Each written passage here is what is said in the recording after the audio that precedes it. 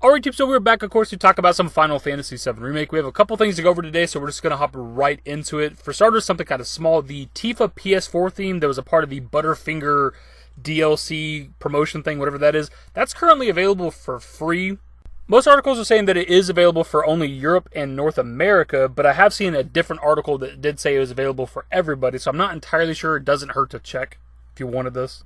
So it's kind of cool that this is available for free now for a lot of people that wanted to get it, maybe missed out on it, but it does also suck for those of us that did participate in the Butterfinger promotion, because it seemed like it was an exclusive item, like once you submitted your receipt through email, you got a code to get this theme for free.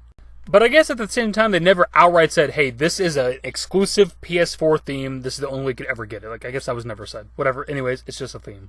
On to the next topic and kind of the main focus of the video. Square Enix did a financial results briefing on May 13th of this year. I guess it just came out. I don't really know when they usually come out versus when they actually happen, but people just started talking about this over the past few days, so I'm assuming it just recently came out. Clearly, we don't need to read over everything, though it's not really that long, but it's a lot of numbers and money and things that only really investors care about. But there are a few things that a lot of people are touching on. So one of the main takeaways from this financial results briefing is that Square Enix was actually satisfied with the sales for Final Fantasy VII Remake. Obviously, the state of the world, things are crazy. They did ship a lot fewer and sell a lot fewer physical copies, but they actually sold, I guess, more digital copies than they were expecting, so it kind of made it even out. So that obviously makes a lot of sense. We talked about this at nauseum, right? We talked about it for months. We anticipated this. We talked about how there's probably going to be a lot more digital than physical just because people didn't even know if they could get to a store to buy a copy, or if their Amazon order would come in on time, whatever. And whenever we first learned about the sales number of like 3.5 million units or whatever, like I made a video talking about how it seemed like a lower number than what I was expecting. Maybe I just had like super crazy high hopes or expectations for this game. A lot of people gave me shit for it, and rightfully so, because it actually, I think it ended up being like the biggest exclusive launch for PS4 or something like that, and like I think one of the best selling Square Enix games, or like one of the best Square Enix launches, or is the best launch in the series for Final Fantasy, something along those lines. Like this game actually like broke like records and stuff like that. So the remake had a much better launch than I initially thought. Like given the state of the world, the fact that it's still like the biggest PS4 exclusive launch I think ever, like that's crazy. Like imagine if the world was normal. And the other major takeaway from this is, at the end of all these financial briefings, Yasuke Matsuda, who's the CEO and president of Square Enix, always does a Q&A, and he's actually asked about like releasing the remake on other platforms, and they don't want to comment on it just yet. So they ask, how satisfied are you with initially having sold 3.5 million units of Final Fantasy VII Remake? Do you have any plans to offer it on additional platforms? And Yasuke Matsuda replies with, we were pleased that we were able to top 3.5 million units given that we chose to produce and ship fewer physical discs due to the impact that we foresaw from the coronavirus outbreak. Disc sales were lower than we had initially anticipated, but growth in digital sales increased their percentage of the whole, which we expect to lead to a better gross margin. We will refrain from commenting on the possibility of offering the title on additional platforms for now. So this obviously means a few things. For one, next gen, a lot of people are anticipating this game coming to PS5 and probably Xbox Series X or whatever the hell that console is called.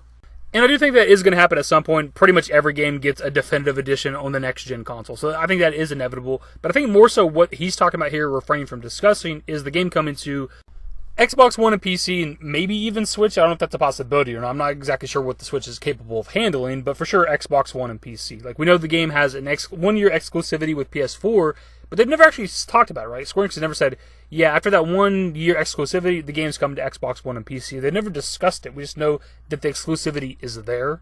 And with the game only being like not even 2 months old yet, we're coming up on 2 months old, they don't want to talk about the game coming to other platforms yet because they're still probably trying to push sales on the PS4. Again, the PS4 has a 1 year exclusive deal. We're probably not going to hear about it coming to other platforms until pretty close to April 10th of next year. But they go on to ask, do you have any initiatives planned to grow additional sales of Final Fantasy VII Remake? Yasuke Matsuda replies with, capture new players is key. I will refrain from going into the details, but we have plans for initiatives to capture players throughout the year, so please keep an eye on our progress.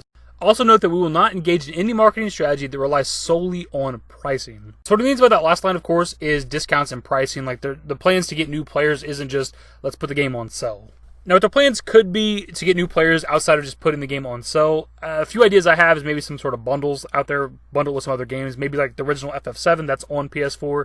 So maybe you do FF7, FF7 Remake together for a certain amount. And obviously one we talked about quite a bit is DLCs or expansions for the game. Like that's an obvious one for most games, but we don't know if this game's going to have that. Pretty much every game out there that I can think of, every modern game has some sort of DLC or expansion at some point in time, but we have no clue. They've never even talked or discussed that. So what their plans could be to get other players, I really don't know, outside of these couple of ideas. Anyways, but dudes, that is pretty much the video. Of course, I have everything linked in the description below if you want to check up on it, like read up on that financial results briefing, if that's something you want to read if you're bored. And what do you think Square Enix's plans or initiatives are for the next year to garner new players for Final Fantasy VII Remake? Either way, leave your thoughts in the comment section below. Hopefully you guys enjoyed the video. If you did, give it a thumbs up. Subscribe to the channel if you guys are new and want to update more Final Fantasy VII Remake content. Turn on my notifications. Follow me on Twitter at @dashingdavid. I'm a Discord. Links to my social networks are in the description and in the outro. Later, guys. Give me a smile, give me forever for a while, give me forever for a while. Quit acting like a baby, or at least less like a